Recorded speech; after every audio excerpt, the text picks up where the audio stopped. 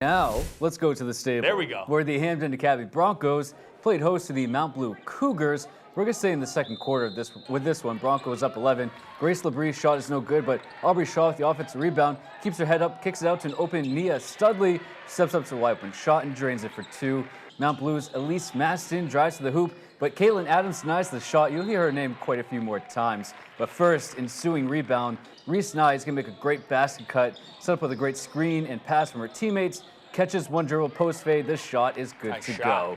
Later on, it's Adams a few steps behind the three-point line. That's in her range, and it's nothing but net. Labrie later on, she'll get the rebound, and Adams is going to look down the court. A great lead pass to Studley, who takes it in stride and lays it in. Broncos on defense now.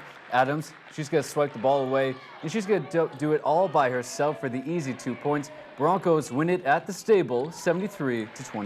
I absolutely love that. Well, the first thing that I took away from that game was how in control the Hampden Academy Broncos were throughout the entire matchup. I only saw the second quarter, but you kind of get the whole picture here. On offense, they took their time with the ball, no rushing into the first opportunity to score. Once they did take a shot, Labrie, Shaw, and others attacked the rim with a purpose, and they had confidence to not just fire the ball back towards the hoop.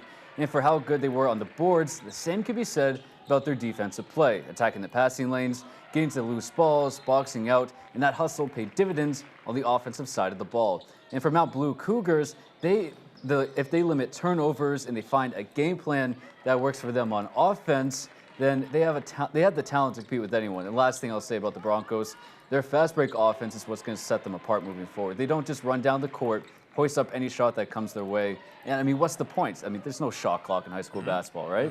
So why they don't mind stopping, taking time with the ball, setting up the offense at the top, and that's really going to pay a big part of why they might make a big run into February. Yeah, certainly. The thing that I really like about that team is last year it's about the trio of sophomores and Labrie, right, the junior. Yep. And then all of a sudden that trio of sophomores, now trio of juniors, they've played a year of varsity basketball together, and they've been playing together coming up. We did a story on that last year, and I'm sure we'll get to them this year. But that's one thing I love and I've grown to love about this job is seeing, these units and some of these players that come up together really mature and kind of fill their shoes, right, and get more comfortable on the varsity sports scene. It's really cool to see. Well, another thing I like about this job, too, is that this is the first time I've covered Hampden. I'm not sure if we've done it so far this year, but for me personally, it's the first time I've gone to the stable.